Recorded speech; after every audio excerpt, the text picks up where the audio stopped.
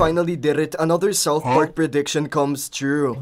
Before we see massive influencers like Donald Trump and Andrew Tate confront the woke transgender people for absolutely ruining the Olympics, I gotta show you all some background. The Paris Olympics have gone absolutely viral, but not for the reason you'd think. It's not because of world records being broken or inspiring stories of perseverance, but because the Paris Olympics chose to make a mockery of Jesus and Christians during the opening ceremony.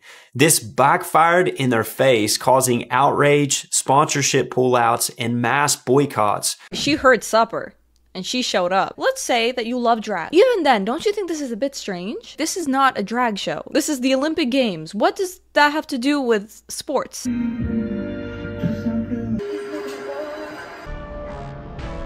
Absolutely nothing. They're borderline trying to summon Satan at this point.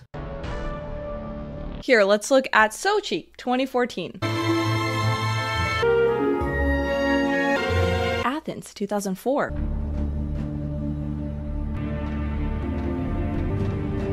2008, Beijing.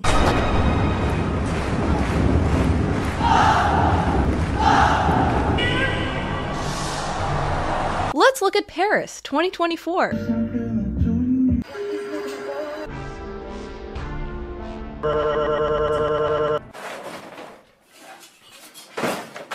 What in the Satanism is going in the Olympics? I'm not gonna lie, I never watched the Olympics, but after what I compiled into this video, I'm definitely not gonna watch it ever. So who on the Olympic Planning Committee thought it was a good idea to have transgenders mock Christ and then beat the shit out of women?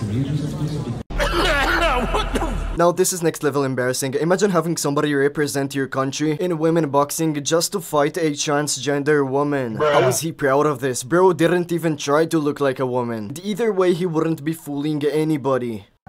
The Algerian boxer Iman Khalif has sparked off a massive controversy at the Paris Olympics. The 25-year-old who failed the International Boxing Association's gender test was declared the winner after her opponent, Italy's Angela Carini, claimed injustice and abandoned the fight after just 46 seconds into the fight. Are the Olympic Committee putting women's lives at risk? I think there can be no doubt they're putting women's lives at risk.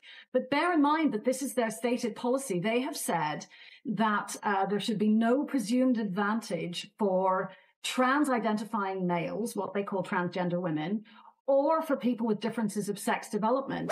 Alex Stein finds an infinite winning the Olympics glitch. I could get you, your son, your daughter, whoever it is, whatever they identify as, to the Olympic level as long as they were born a boy. This is my first protege. First test, vagina check. Oh! Ah! How's your vagina feel? That hurt. Boxing hurts a little. This is the world's most dangerous woman, Mulan. Put on your wig. Edit this part out. Should I do like a karate chop since she's No, Asian? just punch like a man. Ah! Who's the only other biological female tougher than Mulan? Xena, warrior princess!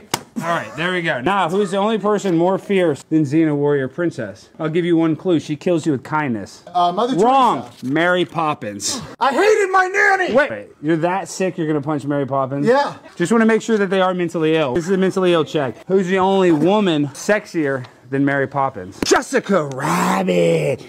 There we go! Who is the greatest transgender Olympian of all time? Dylan Mulvaney! Caitlyn Jenner. No, you don't punch Caitlyn. Caitlyn was born a boy. You don't want to fight people that are born boys. You failed the test. Get out of here. I don't want to train you anymore. Every time there's a transgender man fighting an actual woman, I regret not putting my whole life savings on it. Because obviously the fight is gonna be very one-sided. Either way, this is what Donald Trump and Andrew Tate had to say about this. Have you watched any of the Olympics? I thought that the opening ceremony was a disgrace, actually. I thought it was a disgrace. The mocking of the Last Supper. I thought it was Catholics and Christians across the globe are outraged. I mean, they can do certain things. I thought it was terrible. Can you say at the next Olympics, if you're present, there won't be, you'll have enough influence on the organizers that we won't be, you know, insulting Christians? We won't be having a Last Supper as portrayed the way they portrayed it the other night. I just think, look, I'm for everybody. I'm very open-minded. You understand. Yeah. You know me better than most people know me. I'm very open-minded. But I thought what they did was a disgrace. Donald Trump is absolutely correct. This is what the famous internet pimp had to say about this. Muslim? I mean, he can still defend other religions, right? Jokes and selling courses aside, he is doing a great job exposing these type of woke people. The AP says that for Hawaiians, probably all two of them, including surfing in the Olympics, is an extension of the racial indignity seared into the history of the game and their homeland when white outsiders took over their spiritual art form. First of all, there are 25,000 islands in the Pacific. How do we know a Hawaiian was the first to stand on a board in the water? It seems like something anyone in any ocean would eventually get around to.